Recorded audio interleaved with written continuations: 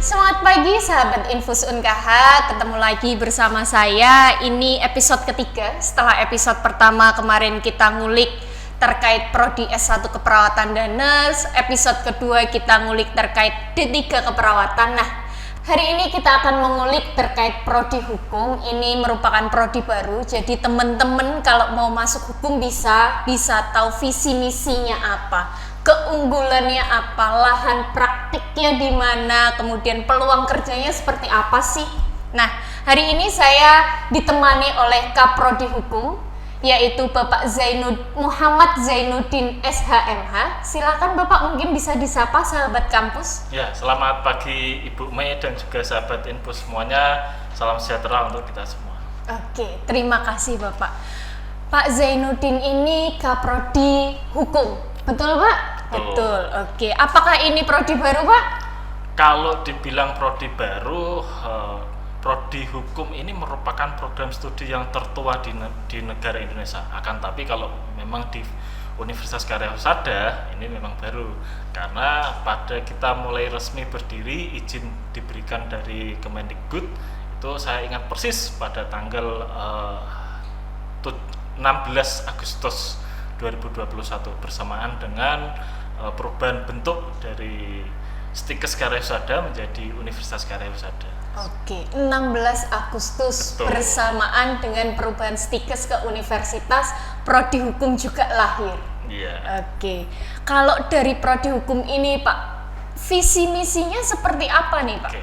Sebelum kita berbicara kepada visi misi, mungkin sahabat Infus perlu ketahui juga sih, apa itu program studi dan hukum itu apa toh? Oh iya. Kalau kita berbicara hukum, mungkin Ibu Mei ketika mendengar hukum, apa yang ada di dalam benak? Hukum yang ada di benak saya peradilan, pengadilan, dan kawan-kawannya. Itu yang ada di benak saya. Ya, jadi kalau hukum sendiri ini merupakan lahir kenapa? Karena untuk mengatur antara hak dan kewajiban oleh subjek hukum itu, yaitu masyarakat seperti itu. Jadi antara hak dan kewajiban dari seluruh masyarakat ini bisa terjangkau dan juga bisa dilindungi. Selain itu pula, tentu kalau kita mendengar hukum itu ya pasti ada seperti yang Ibu Mei bilang, ada peradilan, ada penjara dan lain sebagainya. Sehingga inilah yang melatar belakangi kita untuk mengangkat alternatif dispute resolution. Ini salah satu keunggulan di tempat kita, yang menjadi keunggulan adalah alternatif dispute resolution. Oke. Mengapa demikian? Kalau kita melihat falsafah bangsa, masih ingat ini, falsafah bangsa ini kan menggunakan Pancasila. Oke, Pancasila ya Betul. Pak. Sila keempat apa? Sila keempat. Saya kalau di seperti ini ngeblank nih Pak. Kerakyatan yang dipimpin Oleh hikmat kebijaksanaan dalam permusyawaratan perwakilan. Ada kata permusyawaratan. Di sana Oke. berarti kan ada musyawarah, diskusi untuk mencari jalan yang terbaik seperti itu.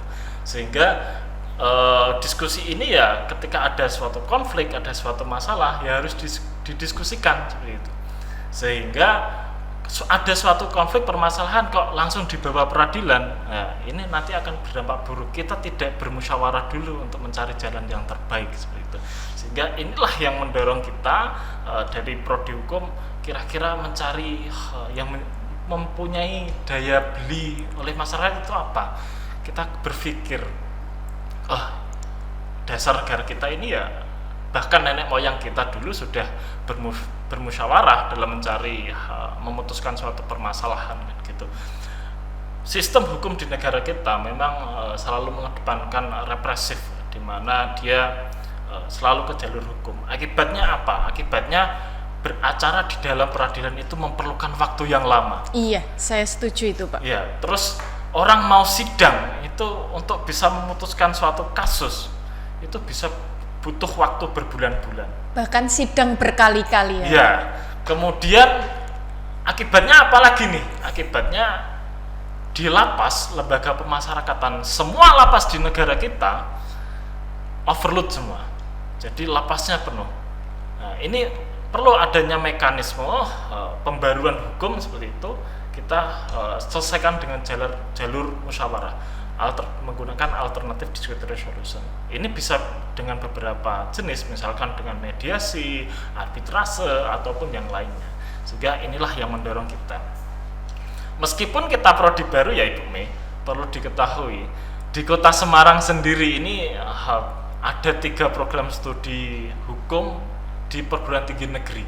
Sedangkan swasta ini apalagi banyak lagi, ada 5 kalau tidak salah. Kita muncul baru, berarti total ada berapa? Total ada 6 untuk yang swasta. 6 untuk berarti yang swasta total dan semua 9. Iya, total dari 9. Tentu kita harus membuat regulasi baru, membuat alternatif yang baru yang mempunyai daya jual untuk ke depan itu seperti apa. Untuk menarik mahasiswa ya Pak.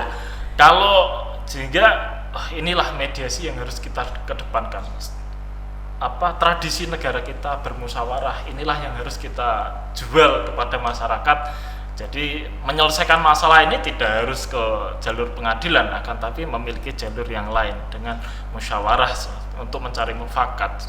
Kalau sudah tercapai musyawarah mufakat, tentu ini tidak ada dendam seperti itu, sehingga semuanya akan hak dan kewajiban dari masing-masing pihak ini akan tersampai seperti itu. Berarti inilah keunggulan prodi hukum, yaitu alternatif dispute resolution. Benar ya Pak? Betul. Oke.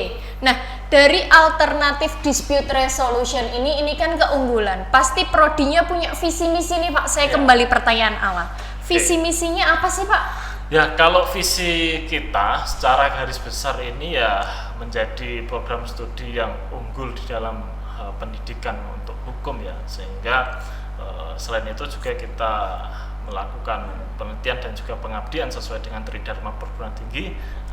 Pengabdian ini ya dengan berdasarkan riset seperti ini ada kaitannya relevan dengan visi misi dari universitas dan juga fakultas. Ini ada kombinnya di sana seperti itu. Oke, berarti visi misi ini sebenarnya yang dari prodi hukum ini ya Pak, sebenarnya ya relevan, saling berkaitan, bahkan turunan dari visi misi UNKH ya Pak. Oke. Ini kan kita masih di era COVID-19.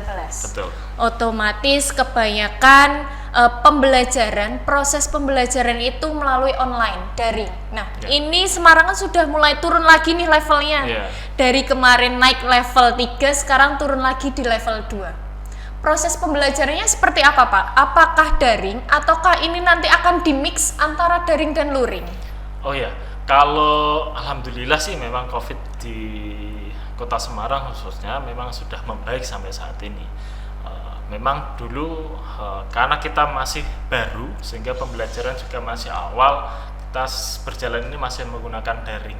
Meskipun sudah ada program studi yang lain dengan sistem daring dan luring gitu. Akan tapi kita kelihatannya tidak memperlakukan itu. Insya Allah nanti pada bulan depan setelah Lebaran ini, setelah UTS juga, ini akan menjadi momentum yang pas bagi kita untuk tatap muka secara penuh, karena melihat dari dosen dan juga mahasiswa alhamdulillah sudah mendapatkan vaksin semua, bahkan 90% lebih dosen dan juga mahasiswa sudah mendapatkan booster. Tentunya kita akan siap menjalankan pembelajaran secara luring, secara full, akan tapi ya tetap dengan protokol kesehatan. Oke. Ingat tuh teman-teman, mulai setelah Lebaran atau setelah UTS nanti kemungkinan akan mulai daring. Mohon maaf, luring. Oke, luring tatap muka. Oke. Nanti kita bisa melihat teman-teman mahasiswa yang tampan dan mempesona dan juga yang cantik jelita. Kalau kita bertemu secara daring itu ya di sisi lain kita menyampaikan materi juga kurang memuaskan kadang, terus hasil survei juga menunjukkan tingkat pemahaman seorang mahasiswa terhadap ilmu yang disampaikan ketika dengan sistem daring itu ya memang sangat kurang. Terlebih kalau hukum ini di semester awal ini kan membahasnya tentang teori sepenuhnya, sehingga teori-teori hukum kalau tidak diajarkan secara langsung ini juga akan sulit. Terus pembelajaran di prodi hukum ini tentunya akan lebih banyak diskusi, lebih banyak kita bedah kasus, Nah, kalau ini kita bedah kasus dengan sistem daring, tentu ini juga akan mengalami kesusahan, mengalami kendala tersendiri seperti itu. Oke, berarti lebih memudahkan luring ya Pak? Iya. Dari interaksinya, proses diskusinya, kemudian mungkin kalau prodi hukum tuh ada role play juga ya Iya, Pak? betul. Oke, nah prodi hukum ini pastinya kan nanti akan ada praktikum, pembelajaran praktikum juga Pak. Kalau dari prodi hukumnya sendiri, pembelajaran praktikumnya ini nanti ke depannya seperti apa Pak? Oke, untuk praktek di prodi hukum tentunya kan ini tentu dari yang Ibu Mei tadi sampaikan, kalau kita berbicara hukum tidak lepas dari pengadilan dan juga mungkin peradilan yang lain seperti itu.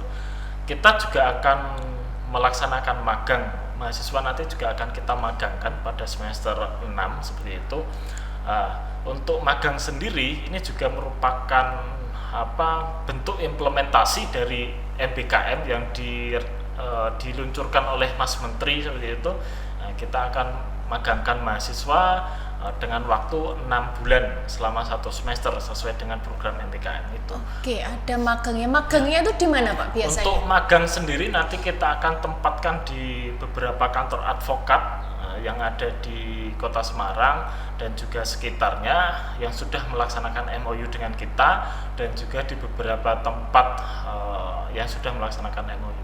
Untuk sampai saat ini yang sudah melaksanakan MOU itu ada advokat, kantor advokat kita sudah ada 2 dan juga LBH ada 1, dan baru saja kemarin kita juga sudah melaksanakan MOU dengan Bawaslu Kota Semarang. Ini juga mempersiapkan juga tahun 2024 negara kita memiliki hajat besar nih, hajat besar pemilu dan juga pemilu kada. Ini juga perlu peran dari mahasiswa untuk bisa ikut mengawasi pesta demokrasi nanti. Seperti itu. Teman-teman mahasiswa nih, prodi hukum ini ada magangnya, ada 2 kantor advokat yang sudah kerja sama kita, kemudian ada 1 LBH ya Pak, sama 1 Bawaslu. Iya, perlu informasi juga Ibu Mei dan juga sahabat info semuanya, sampai saat ini kita sudah, karena memang baru ya, kita sudah mencoba pendekatan dengan beberapa pengadilan negeri Kota Semarang sudah kita dekati, alhamdulillah sudah proses. Terus pengadilan agama Demak juga saat ini sedang proses.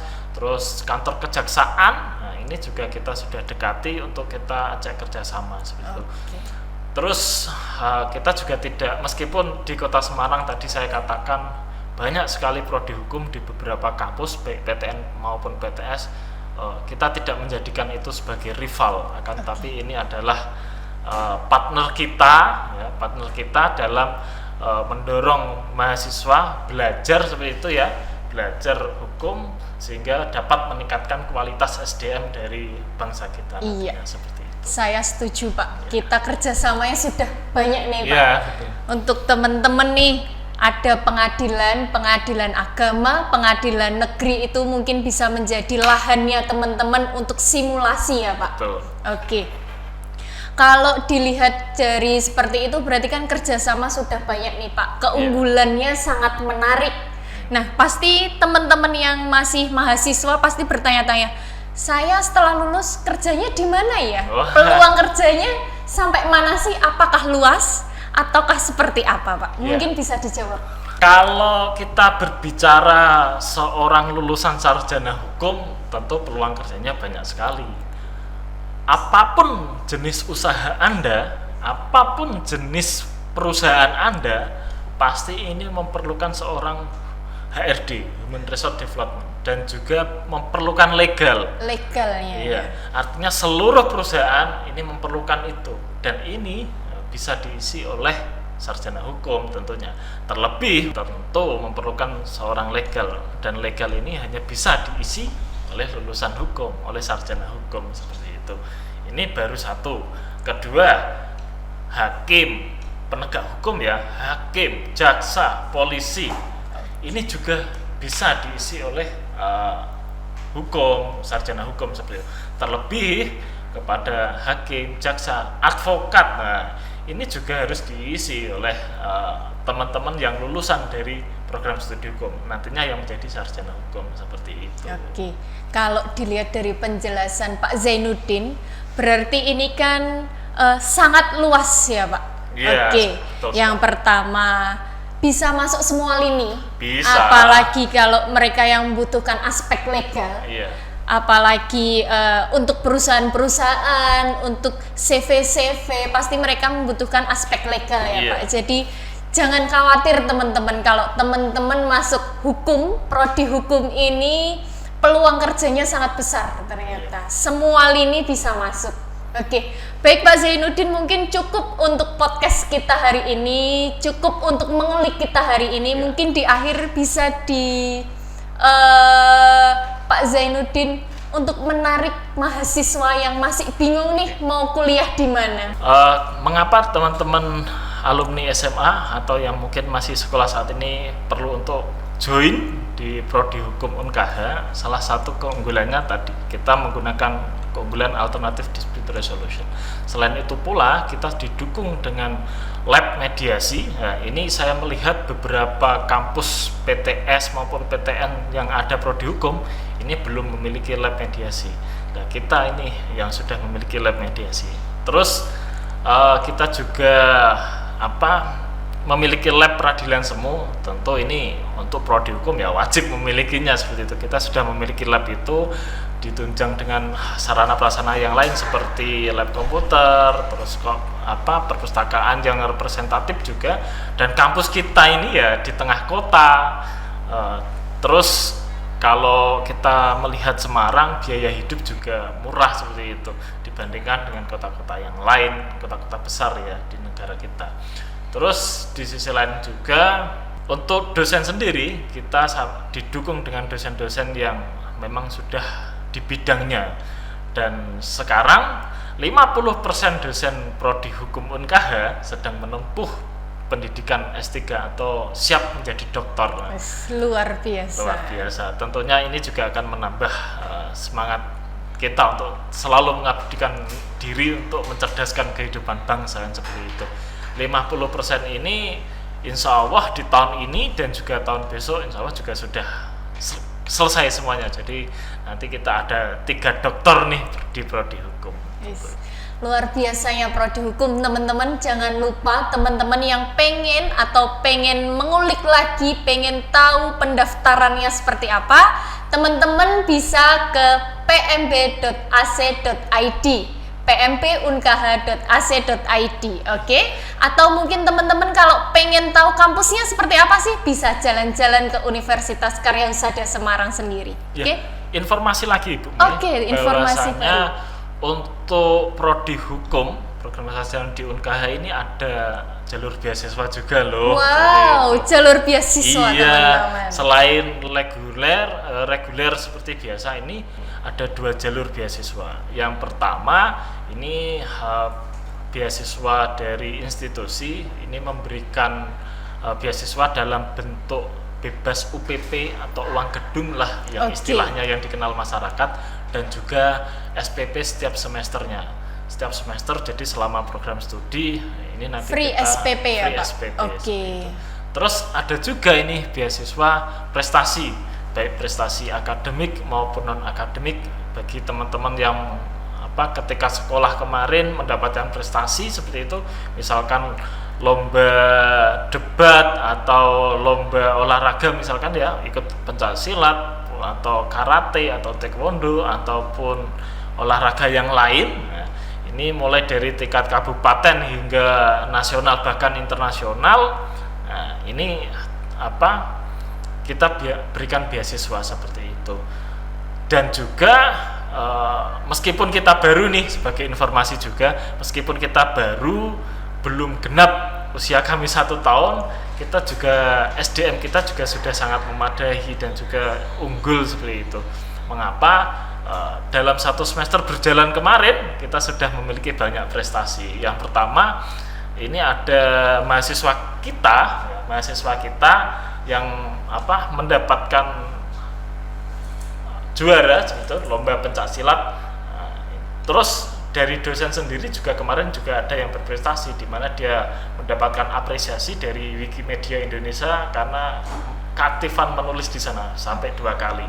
Inilah bukti nyata kalau SDM kita ini juga sangat mumpuni. Jadi jangan ragulah untuk join di tempat kami. Kami siap untuk mencerdaskan kehidupan bangsa dan juga siap membawa kesuksesan untuk teman-teman mahasiswa. Ya, bagus. Jangan ragu untuk masuk prodi hukum UNKH. Banyak kalau teman-teman mau jalur prestasi bisa. Mau jalur beasiswa UPP bisa. Jalur prestasi pun nanti akan ada beasiswanya tersendiri. SDM sangat memadai. Kemudian dari fasilitas juga sangat memadai ya Pak. Oke, baik. Mungkin ini akhir dari podcast kita Pak. Terima kasih atas kedatangannya. Terima kasih sudah mau menceritakan banyak terkait prodi hukum ini. Mungkin bisa kita akhiri dengan tagline-nya Universitas Karya Husada Semarang ini Pak. Berdampak, bermanfaat, mendunia. Oke, mungkin bisa kita ulangi satu kali lagi Pak. Universitas Karya Husada berdampak, bermanfaat, mendunia. Terima kasih.